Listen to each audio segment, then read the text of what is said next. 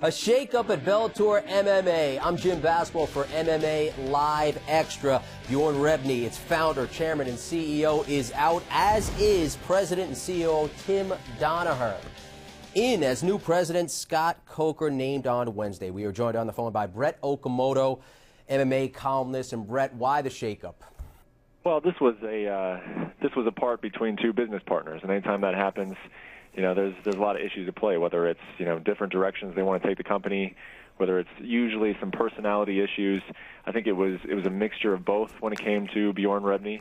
This was a decision made by Viacom. Viacom purchased the majority stake in 2011 and had the right to do this, and they decided that the direction they wanted to take the company was not cohesive with what Bjorn Rebney was doing, so they got rid of him. They kicked him out, and they brought in Coker, who was a former president of Strikeforce. So, Brett, Rebney founded Bellator MMA in 2008. What do you suppose his legacy will be?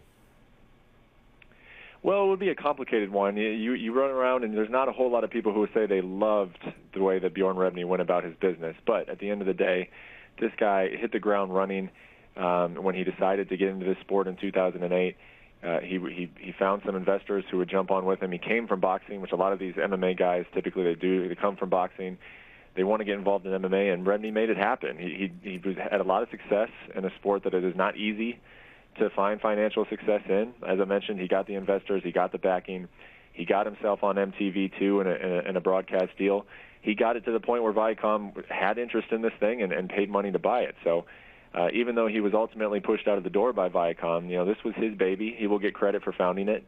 It's just the ending is always a little bit ugly when these types of things happen. Hey, Brett, as we look towards the future, what's in store for Bellator MMA with Coker now president?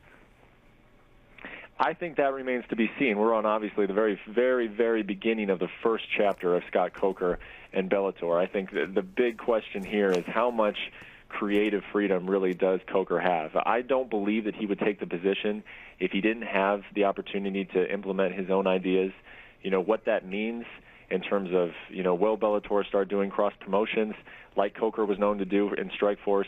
Does it change the schedule that Bellator is on?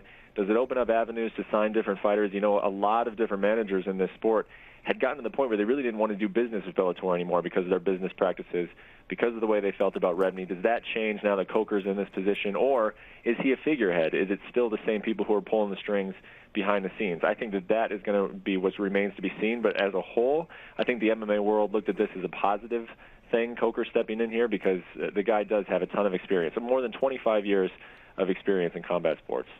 MMA columnist Brett Okamoto. Brett, thanks for the insight.